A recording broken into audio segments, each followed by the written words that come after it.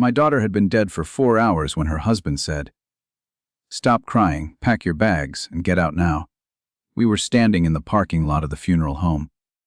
The service had ended 20 minutes ago. I was leaning against my truck, trying to breathe, trying to remember how breathing works when the person you made is in a box inside a building you never wanted to enter. My son-in-law Travis walked up to me. Black suit. Dry eyes. He hadn't cried during the service. Not once. He'd sat in the front row with his jaw set and his hands folded, and the particular composure of a man who is waiting for something to end so that something else can begin. "Arthur, we need to talk." "Not now, Travis." "Yes, now. Stop crying, pack your bags, and get out. I need you out of the house by Friday." The house. My house. The house I'd built in 1992. The house my daughter, Lily, had grown up in. The house I'd invited Travis into when Lily married him. The house where Lily had lived for the last 3 years of her life, while fighting the leukemia that killed her at 34. The house where I'd converted the downstairs bedroom into a treatment room so she could receive home infusions. The house where she died, in that room, 6 days ago. Travis wanted me out of my own house. At my daughter's funeral, before the flowers on her casket had wilted. What Travis didn't know, what nobody at that funeral knew, was that Lily had spent her last 3 months preparing for exactly this moment. And what she'd left behind made Travis's eviction demand the most expensive sentence he'd ever spoken. Before we go any further, thank you for being here. If Travis's words already have your blood moving, take a second and tell me in the comments where you're watching from. It truly helps this channel reach more people. And a gentle reminder, while this story carries real emotions and real lessons, some names, details, and events have been fictionalized for narrative and educational purposes. Any resemblance to real individuals is coincidental. Stay with me. Because what Lily built in those last 3 months is the reason Travis is no longer smiling. My name is Arthur Greer. I'm 64 years old. I live in a house on Tanglewood Road in Winston-Salem, North Carolina, a 3-bedroom brick ranch that I built with my own hands in 1992. Not metaphorically. Literally, I'm a general contractor, 38 years licensed in North Carolina, specializing in residential construction. I poured the foundation. I hung the drywall. I laid the hardwood floors. Every nail in that house went through my hands. The house cost $64,000 to build in 1992. By 2025, it was worth $385,000, the equity of a lifetime, embedded in brick and mortar and the particular sweat of a man who builds things that last. My wife, Donna, died in 2015. Breast cancer. After Donna, it was just me in the house and the quiet. Until Lily got sick. Lily Greer Marshall, my daughter, born 1990. She was the best thing I ever built, better than any house, better than any foundation, better than any structure I put my name on in 38 years of contracting. She became a paralegal, certified through the North Carolina State Bar's Paralegal Certification Program, working at a family law firm in Winston-Salem called Burke and Lattimore. She prepared discovery documents, drafted motions, managed case files, and understood the legal system with the particular fluency of a person who works inside the machine every day. She married Travis Marshall in 2019. Travis was 36, a pharmaceutical sales representative for a specialty oncology company, the irony of which would become apparent later. He earned $145,000 a year in salary and commissions. He drove a Cadillac Escalade. He wore watches that cost more than my monthly property tax. He was the kind of man who measured his value by the visible symbols of success and measured other people's value by whether they had the same symbols. I didn't have the symbols. I had a 2014 Ford F-250 with paint scratches from job sites in a house that I'd built with my hands. Travis looked at me the way a man in a Cadillac looks at a man in a work truck, with the polite dismissal of someone who has confused the vehicle with the driver.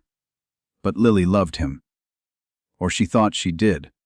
And when your daughter says she's found the one, you walk her down the aisle and you smile and you pray that you're wrong about the feeling in your gut.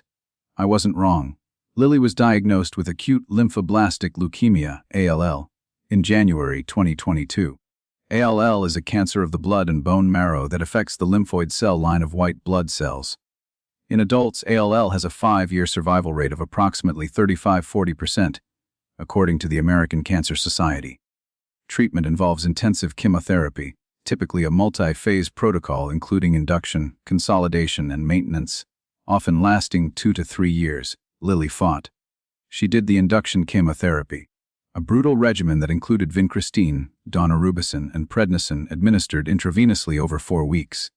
She achieved remission. She relapsed in 2023. She did a second round of induction. She achieved a second remission. She relapsed again in early 2024. The oncologist at Wake Forest Baptist Medical Center, a National Cancer Institute, designated comprehensive cancer center in Winston-Salem, told her that a third remission was unlikely. The leukemia was refractory, resistant to standard chemotherapy. The options were a bone marrow transplant, if a matched donor could be found, or palliative care. No donor was found. Lily chose palliative care. She chose to come home. Home meant my house, not the apartment she shared with Travis in Clemens, a suburb of Winston-Salem where they'd rented a 2-bedroom unit for $1,800 a month. Lily wanted to die in the house where she grew up, in the room where her mother had read her bedtime stories, in the house her father had built. I converted the downstairs bedroom into a treatment room. I installed a hospital bed, rented from a medical supply company at $350 per month. I installed an IV pole for the home infusion therapy. Lily received weekly platelet transfusions and pain management through a PICC line, a peripherally inserted central catheter that allows long-term intravenous access without repeated needle sticks. I installed handrails in the bathroom. I widened the doorframe to accommodate a wheelchair. I did what contractors do. I modified the structure to serve the person inside it. Lily moved in on March 1, 2024. Travis did not. Travis stayed in the apartment in Clemens. He said it was because his job required him to be mobile, a word that pharmaceutical sales representatives use to describe the windshield time between doctors' offices. He said he'd visit when he could. He said the arrangement was temporary. He visited 7 times in 9 months. 7 visits. Average duration 45 minutes. I kept a calendar not as evidence, but as a father's record of the people who showed up for his dying daughter. The home hospice nurse came every day. Lily's best friend, Ramona, came 3 times a week. The women from Lily's church came with food on Saturdays. Travis came 7 times in 9 months. And here's what I didn't know until Lily told me: Travis wasn't just absent. He was active. Active in the specific, calculated way that a man is active when he's preparing for his wife's death as a financial event rather than a human one. Lily told me in June 2024 she was having a good day, alert, lucid, strong enough to sit in the recliner I'd put next to the window so she could watch the cardinals in the backyard. She asked me to sit down. "Dad, I need to tell you something about Travis, and I need you to listen without getting angry because I need you thinking clearly." "Okay." Travis took out a life insurance policy on me, a $750,000 policy. He did it in February 2022, 1 month after my diagnosis. He's the sole beneficiary. That's not unusual. Married couples, Dad. He took it out after the diagnosis, 1 month after. The policy is through a company called Pacific Guardian Life. He used his company's group plan access to submit the application, and he listed my diagnosis date as pending evaluation, which means he either lied on the application or misrepresented my medical status to get the policy approved. Processing. A man who takes out a $750,000 life insurance policy on his wife 1 month after her cancer diagnosis is not planning for the worst. He's investing in it. There's more, Lily said. I've been going through our joint accounts. Travis has been moving money. Small amounts, $500 here, $1,000 there, from our joint savings into a personal account at a different bank. He's transferred $34,000 over the last 18 months. He thinks I don't notice because I'm sick. He thinks the chemo brain means I'm not tracking the numbers. Chemo brain, formerly known as cancer-related cognitive impairment, is a real and documented side effect of chemotherapy, affecting memory concentration and processing speed in approximately 75% of patients, according to the National Cancer Institute. Travis was counting on it. He was counting on his dying wife being too sick to notice him stealing from her. He didn't know that his dying wife was a paralegal. Dad, I've been building a case. For 3 months. From this bed. From this room. In the house you built. Lily opened her laptop, the same laptop she'd used at Burke and Lattimore to prepare discovery documents and draft motions for family law cases. The same skills, the same precision, the same methodical documentation that her profession required. She showed me what she'd built. File 1, the life insurance policy. Lily had obtained a copy through a request to Pacific Guardian Life. As the insured party, she had a legal right to a copy of any policy on her life under North Carolina's Insurance Information and Privacy Protection Act, NCGS FIV 839. The policy showed an application date of February 14, 2022, Valentine's Day, 1 month after her diagnosis.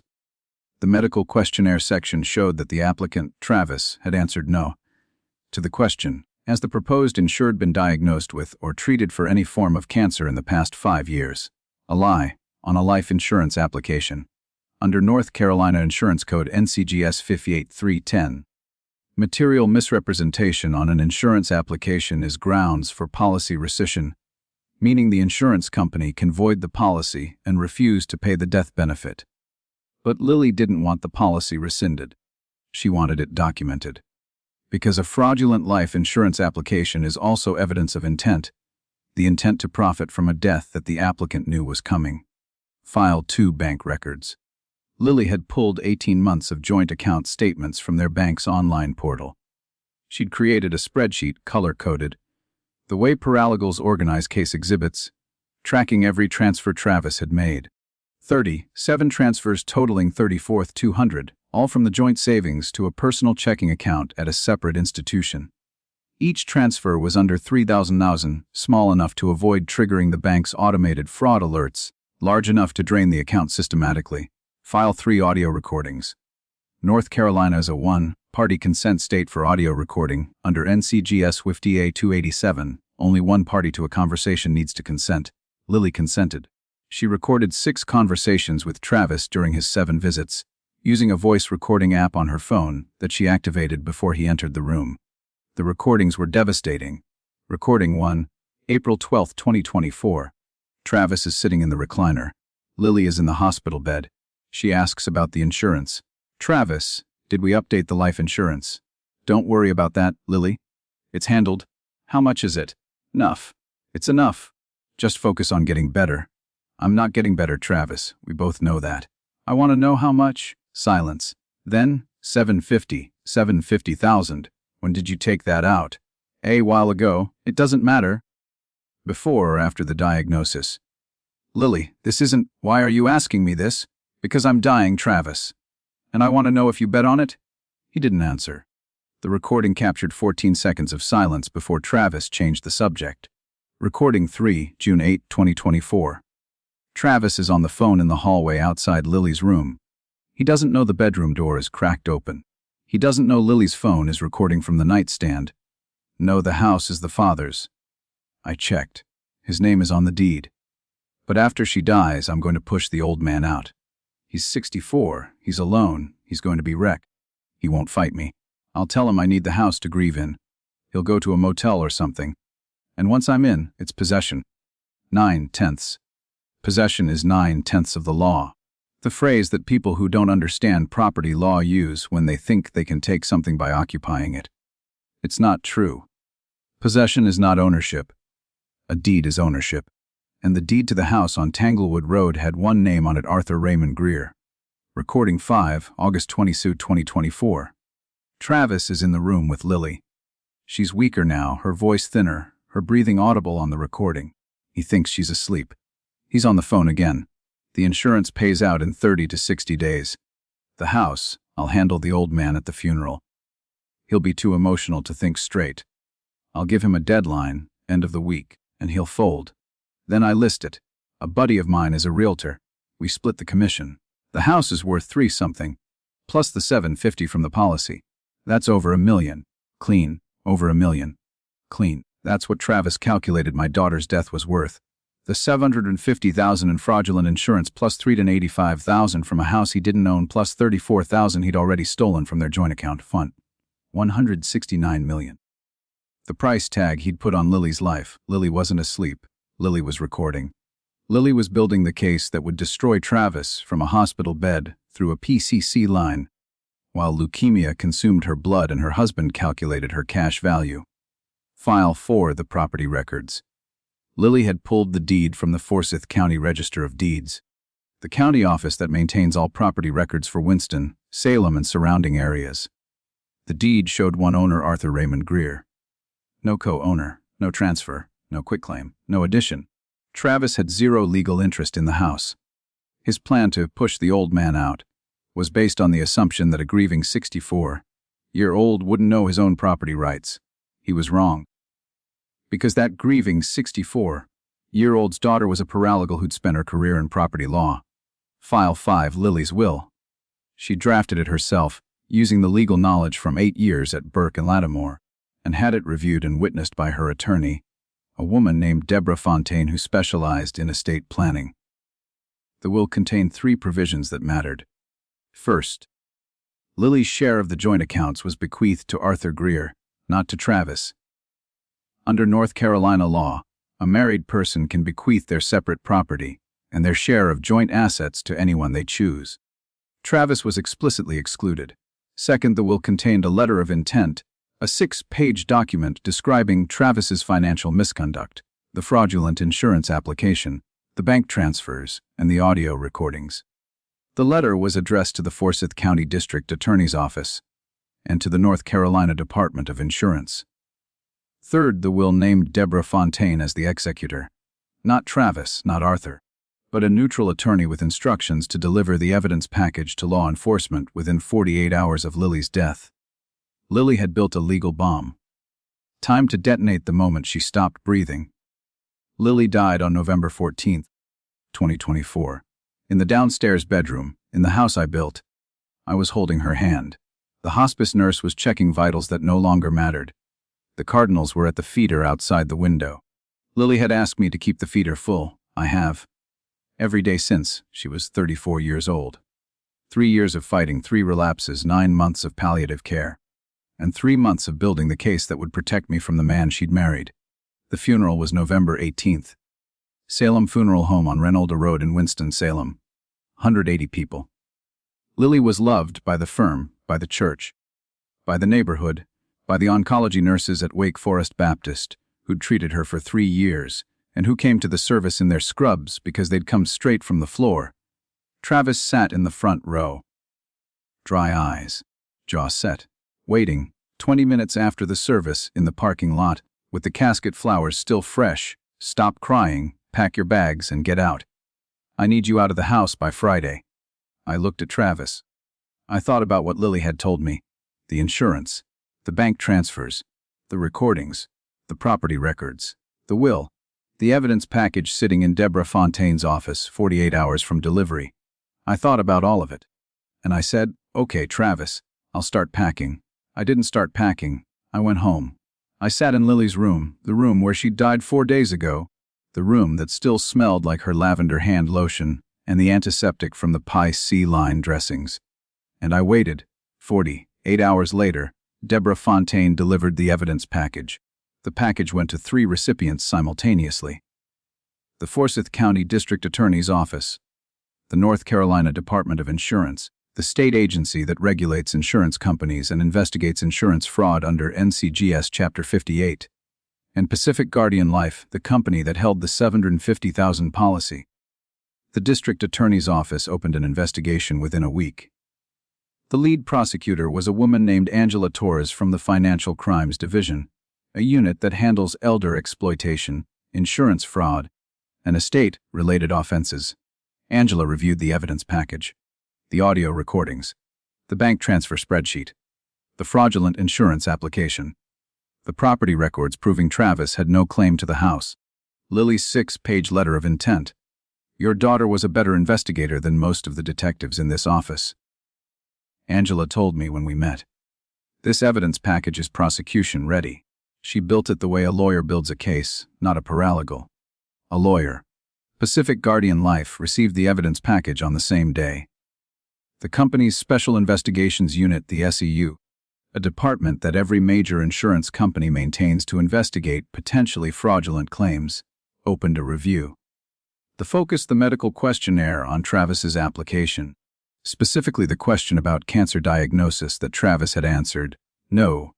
The SIU investigator contacted Wake Forest Baptist Medical Center and obtained Lily's treatment records, with authorization from Deborah Fontaine as executor of Lily's estate.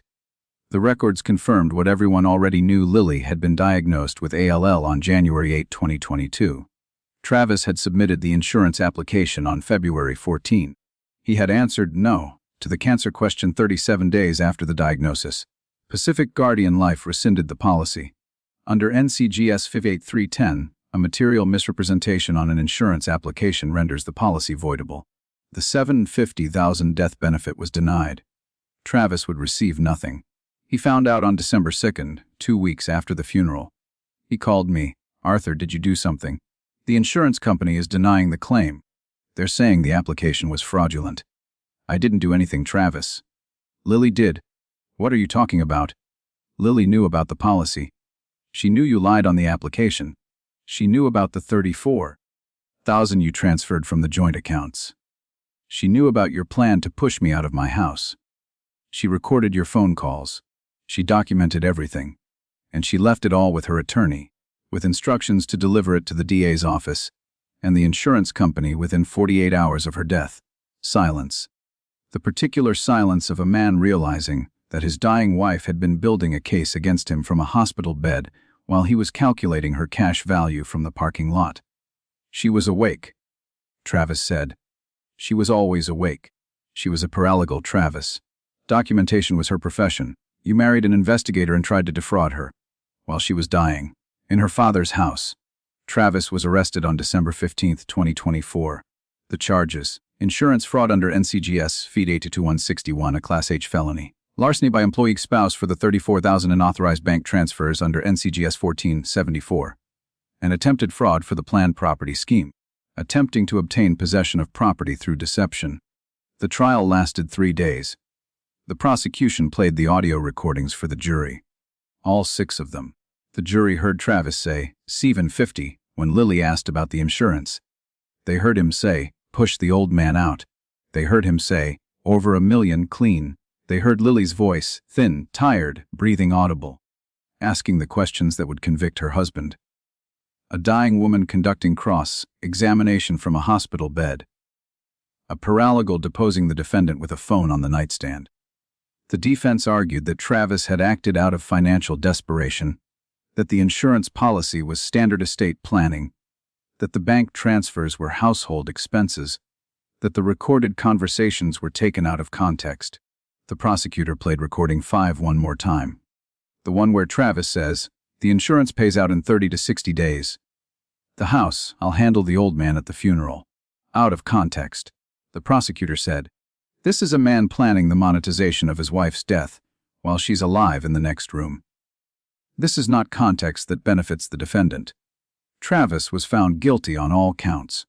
He was sentenced to 3 years in the North Carolina Department of Corrections, 18 months for insurance fraud, 12 months for larceny, 6 months for attempted fraud, served consecutively. He was ordered to pay $34,200 in restitution for the stolen bank transfers, and he was permanently barred from filing any claim related to Lily Greer, Marshall's estate, the insurance money. The $750,000 he'd bet on my daughter's death went nowhere. The policy was void. The premium payments Travis had made, approximately $9,800 over 2 years, were not refunded. He'd paid $9,800 to insure a crime that his wife dismantled from a hospital bed. After the trial, I drove home to Tanglewood Road. I parked in the driveway. I sat in the truck for a long time, looking at the house I'd built in 1992. The brick, the mortar, the hardwood floors, the doorframe I'd widened for Lily's wheelchair, the window where the cardinals come every morning to the feeder that I fill because Lily asked me to. I went inside. I went to Lily's room. The hospital bed was gone, returned to the medical supply company. The IV pole was gone. The Peach Sea Line supplies were gone. The room was empty except for the recliner by the window and the nightstand where Lily had kept her phone, the phone that recorded 6 conversations that sent her husband to prison. On the nightstand was a sealed envelope, my name on the front, Lily's handwriting. Inside was a letter, 1 page. "Dad, if you're reading this, I'm gone and Travis has said something terrible to you. Probably at the funeral. Probably about the house. He's predictable that way. He thinks grief makes people weak. He doesn't understand that grief makes people dangerous. I spent my last 3 months building the case that protects you. Not because I'm angry, though I am. Because I'm a paralegal, building cases is what I do. And this is the last case I'll ever build. The evidence is with Deborah.